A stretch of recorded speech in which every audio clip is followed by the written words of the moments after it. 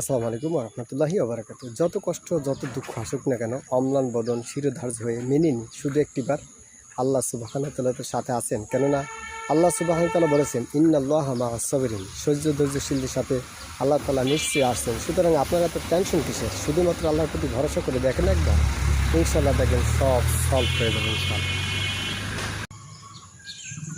আসসালামু আলাইকুম ওয়া রাহমাতুল্লাহি ওয়া বারাকাতুহু।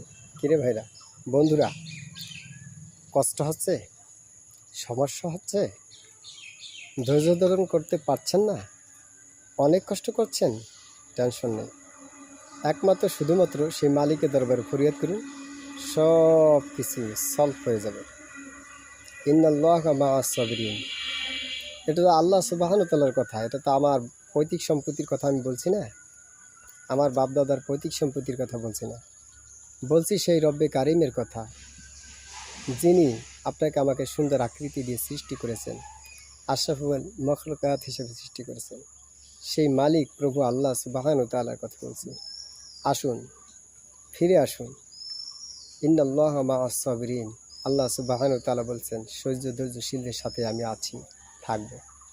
এই পৃথিবীর কোনো অপশক্তি আপনাকে ফিরে রাখতে পারবে না গন্তব্যস্থলে পৌঁছে দিতে।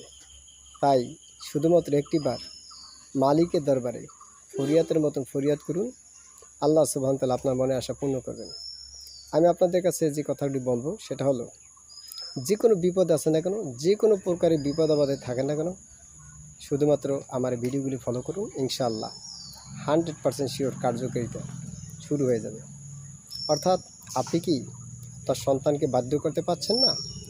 আপনার সন্তান অবাধ্য, আপনার স্ত্রীকে অবাধ্য, আপনার স্ত্রী পরকীয়া করে, আপনার স্বামী পরকীয়া করে, আপনার ছেলে পরকীয়া করে, আপনার মেয়ে পরকীয়া করে, আপনার স্বভাবে কি সমস্যা, অভাব অনটন লেগেই থাকে, দোকানে কি ক্রয় বিক্রি ঠিক মতন হচ্ছে না, জমি দখল করে অপরে নিয়ে যাচ্ছে, তা কোনোভাবেই ফিরিয়ে আনতে পারছেন না, এক কথায় দিন এবং দুনিয়া উভয় জাহান শান্তির কামিয়াবির চাবিকাঠি নিয়ে আমি এসেছি আপনাদের প্রিয় এক বন্ধু হয়ে।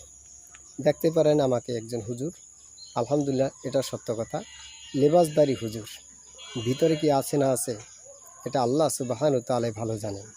সেই মালিকের কাছে ছেড়ে দিলাম আমার ব্যাপারটা, আমি চিন্তা করছি আপনার ব্যাপারটা, আমার কি হবে না হবে এটা আমি মালিকের কাছে ছেড়ে দিলাম। আমি চিন্তা করছি আপনার মতন জাতি যারা রয়েছে তাদের জন্য। অবশ্যই ছুটে আসুন, আপনি আমি সবাই মিলে মোনাজাত মাকবুল নামক দোয়াটি পাঠ করি নিয়মিত।